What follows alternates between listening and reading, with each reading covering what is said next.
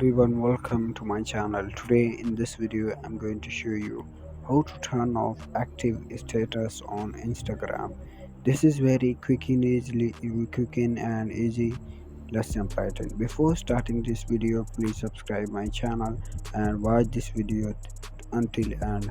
First of all, open your Instagram profile and tap on top right three lines. Tap on these three lines.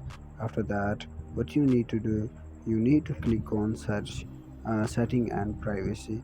Now click on this search bar. Here you can see, click on this and here search active status. Now click on this active. After that, here you can see show active status. Tap on this. After that, here you can see this active status is turned on. Now what you need to do, you need to turn off this active status.